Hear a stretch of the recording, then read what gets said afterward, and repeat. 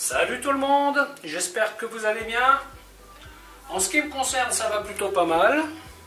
Alors comme d'habitude, on met les petits pouces, on s'abonne, on partage la chaîne. Si vous avez des questions, n'hésitez pas, j'y répondrai avec plaisir. Alors aujourd'hui, je vais faire un petit plat un peu original. Ce sont des buns de bœuf. C'est un truc un peu américain, Donc c'est une espèce de chausson avec de la pâte à pain, ou moi j'utiliserai de la pâte à pizza que j'ai achetée. J'ai décidé de faire mon flemmard aujourd'hui.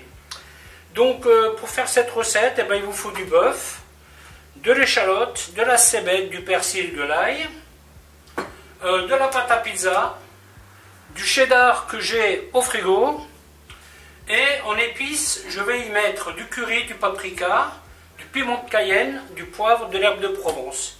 Et bien sûr, du sel et du poivre. Voilà, écoutez, je vais vous montrer comment fabriquer tout ça. A tout de suite.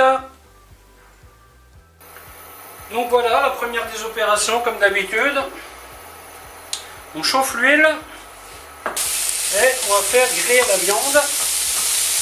Et on va aussi l'égrainer.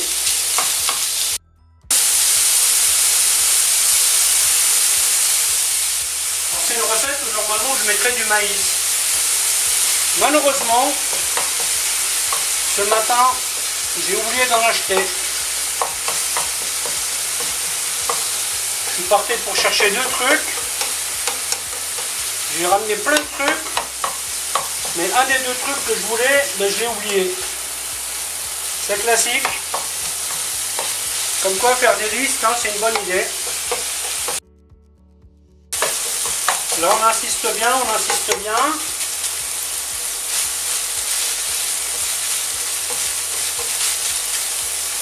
Ça donnera un peu de goût à votre plat, si vous grillez bien la viande. Donc là, je vais y mettre de l'échalote. Voilà, et je vais faire griller l'échalote avec. Alors qu'en fait, ce plat, il faut toujours commencer par la viande.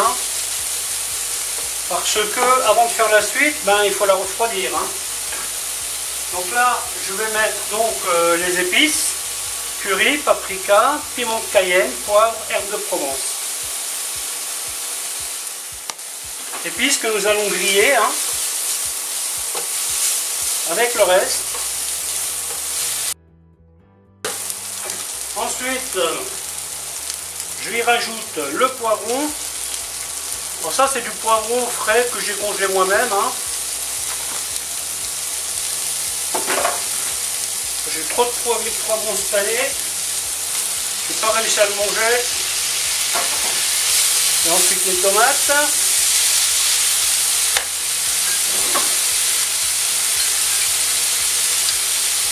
De l'ail. La cébette. C'est vraiment dommage que je n'ai pas pensé au maïs, parce que c'est un petit plus quand même dans ce plat là. Voilà, écoutez, je vais faire cuire ça une bonne vingtaine de minutes et après je vais le laisser refroidir.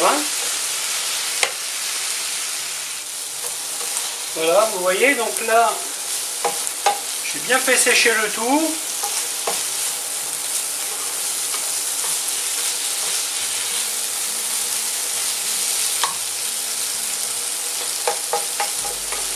Je vais encore le laisser cuire un petit peu et après je vais le mettre à refroidir.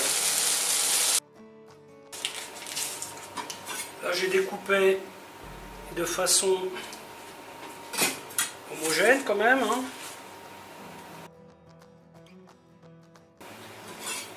Ensuite, on va mettre du cheddar au fond. Donc là, il faut bien garder de l'espace de tous les côtés. Alors ces trucs-là, vous avez deux façons de les cuire. Vous pouvez les cuire dans de l'huile, chose que je ne ferai pas. Parce que rajouter de l'huile à quelque chose qui est déjà plus ou moins riche, donc je trouve que ça fait beaucoup. Donc quand je peux éviter, j'évite. Ou alors vous allez faire comme moi. Je vais préparer ma petite plaque. Je mets du papier dessus parce que bon, ça risque de couler un peu quand même. Hein. Ah, au pire, je décaperai le four, mais bon, si je pouvais éviter, ça serait cool. Voilà. Une fois que ça c'est fait, on met la viande. Donc pareil, hein, on essaye de vraiment rester au centre. Hein. Alors bien sûr, vous pouvez les faire plus gros si vous le souhaitez. Mais moi je préfère faire les petites bouchées, enfin les petites bouchées. Vous me direz, elles ne sont pas si petites que ça. Mais c'est sympa quoi. Vous pouvez le faire en boule aussi. Si vous reste de la pâte, de la farce, c'est pas grave. Hein. Tout ce que vous avez à faire, c'est rajouter un peu de coulis de tomate et vous avez une bolognaise. Un peu customisé, mais bon, ça le fait. Ensuite, même topo. On pose du fromage dessus. Après, vous mettez un peu d'huile dans un bol. Ça, c'est pas la partie que je préfère, mais bon. Voilà, parce que sinon, la pâte, elle colle beaucoup trop. Vous voyez, hop, hop. Vous tirez bien dessus, comme ça.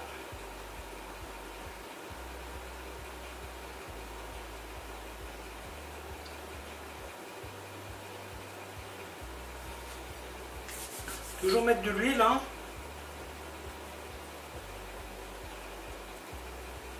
Voilà. Hop, vous voyez, vous faites un beau truc. Faut pas avoir peur de presser.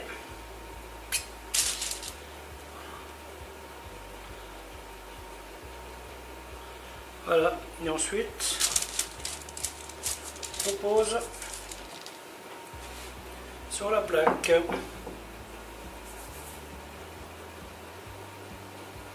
Donc vous l'aurez compris, l'huile c'est pour éviter que la pâte colle à vos doigts.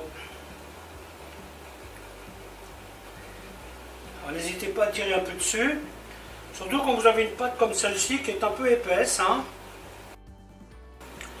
L'idée c'est que tout reste dedans. Voilà, est-ce qu'on va y arriver? Alors ça c'est toujours la surprise de la cuisson. Hein. Est-ce qu'on a réussi à ce que tout reste dedans? Donc vous n'hésitez pas à bien appuyer dessus, à la façonner. Hein. Le four il est chauffé à 180 degrés et il faut compter une vingtaine de minutes. C'est la course contre la montre, contre ma batterie.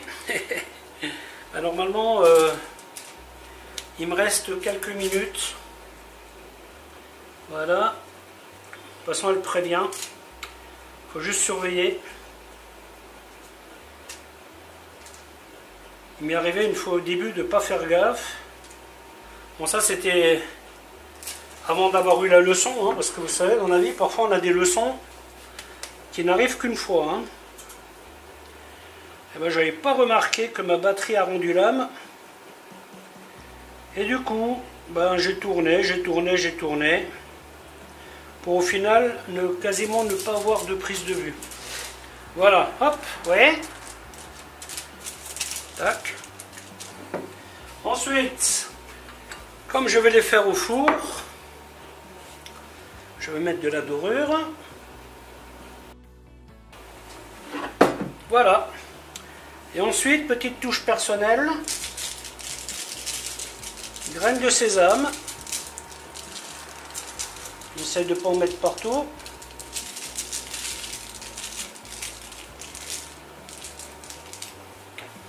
Et comme on est des fous dans cette maison, on rajoute des graines de pavot. Voilà, ben écoutez, je vais arrêter la vidéo ici. Pas la peine que je rajoute une batterie. Donc voici l'aspect avant de mettre au four. Et bien sûr, j'espère ne pas avoir de surprise après la cuisson. Parce que vous savez, quand il y a du fromage dans un truc, il y a une probabilité que ça coule. On espère que non. Donc là, je vais mettre ça à 180 degrés et je vais le laisser 20, je pense 20 minutes devrait suffire, mais je vais miser entre 20 et 30 minutes. Allez, bye bye, j'espère que cette vidéo vous aura plu, à bientôt.